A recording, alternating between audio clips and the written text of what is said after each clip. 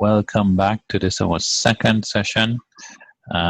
People would be populating the room now as we get on to our second session for tonight in getting these two parts of this June 2016 question 1 completed. Right, and we were discussing the DO and the KE, and what was the KE given by the question? 12%, and I was just about to scroll across to that when the first session closed off. And we have that right over here. As Kenisa rightly said, company's cost of equity capital assumed to be 12. That's our RE that we are going to use up in our dividend valuation model. So, throwing that in.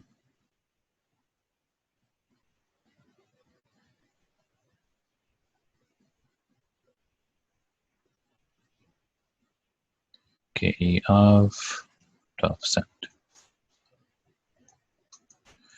Then PO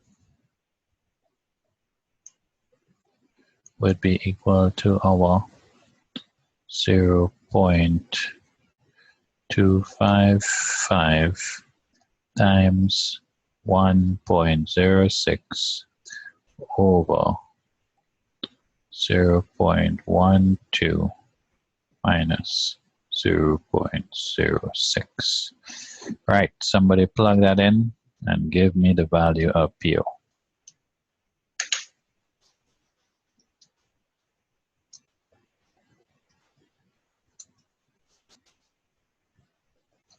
$4.505. Everybody getting what Amar has?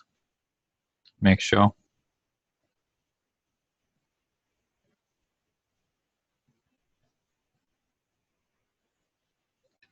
Right, or again, well, they dropped it off to 450. So PO equals $4.50. So that is before the project. Now, the real work begins. Well, yeah, I guess we could use all 51 that Amara, not a problem. Right, now the real work begins to really get into this question. How are we now going to deal with the new stuff? Let's start here. So, expected dividends and growth for if the large project is now undertaken.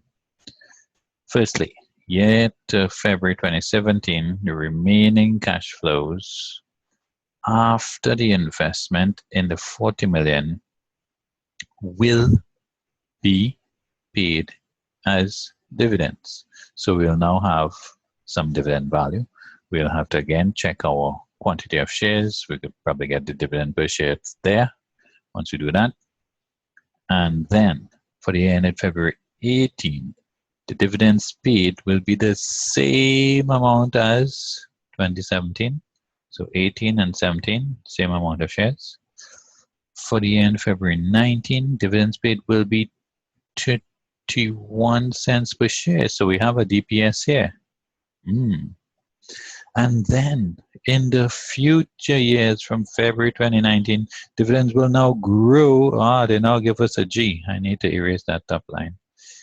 They now give us this G here. This 31 cents is our DPS. And we now have a G of 7%. So, what, pray tell, can we do with all of this? What does the PO represent? Could anybody interpret that for me? What did we just do with these dividends here? What is the concept behind this DVM model? Why is this price equal to that value? Why is this, what's the construct of this concept? Anybody? Anybody? Calculate share price after growth? Yeah, but we need to start breaking that down. How has that been done? This dividend is a cash flow, isn't it? And did I plug my DVM formula right? Yeah. And if we're taking a cash flow, Anybody could remember the dividend valuation model without growth? So as a parallel concept to do the explanation, I could just say remember without growth. That's right.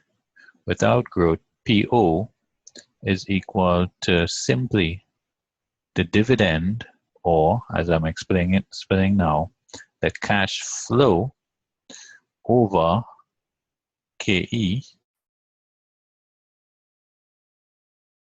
Number 5, share screen.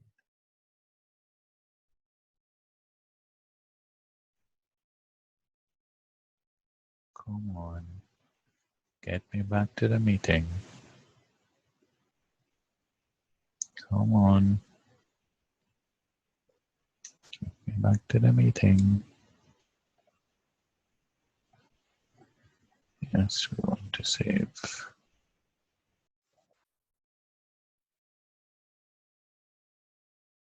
Okay. Am I back in the room yet? Let's try again later. Da-da-dum, da-da-dum, da-da-dum.